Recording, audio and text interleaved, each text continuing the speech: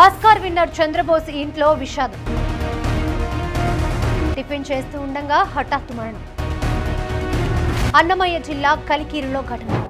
గేయ రచయితగా తెలుగు సినిమా పాటని ఆస్కార్ వేదికపై ఉంచిన సాహిత్య చక్రవర్తి చంద్రబోస్. నిత్యం పాటకి పట్టాభిషేకం కట్టే పనిలో ఉండే చంద్రబోస్ ఇప్పుడు విషాద వధంతో మునిగిపోయారు. ఆయన సోదరుడు రాజేంద్ర నిన్న ఉదయం ఏపీలోని అన్నమయ్య జిల్లా కలికిరిలో గుండెపోటుతో మరణించారు. శనివారం రోజే ఆయన కలికిరికి వచ్చి తన స్నేహితుడు శ్రీనివాస్ నివాసంలో బస చేశారు.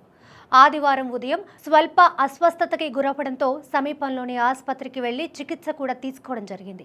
అనంతరం సమీపంలోని హోటల్లో టిఫిన్ చేస్తూ ఉండగా ఒక్కసారిగా తీవ్రమైన గుండెపోటు రావడంతో అక్కడికక్కడే ప్రాణాలు విడిచారు. సమాచారం అందుకున్న పోలీసులు ఘటనా స్థలానికి చేరుకొని కేసు నమోదు చేసి కుటుంబ సభ్యులకు సమాచారం అందించారు. రాజేంద్ర మృతి పట్ల పలువురు సినీ ప్రముఖులు చంద్రబోస్ కు ప్రగాఢ సానుభూతిని తెలియజేస్తున్నారు. ఇక ఈ ఘటనతో చంద్రబోస్ తో పాటు ఆయన కుటుంబ సభ్యులు సన్నిహితులు దిగ్భ్రాంతికి లోనయ్యారు. వృత్తిరీత్యా రాజేంద్ర బెంగళూరులో స్థిరపడ్డారు.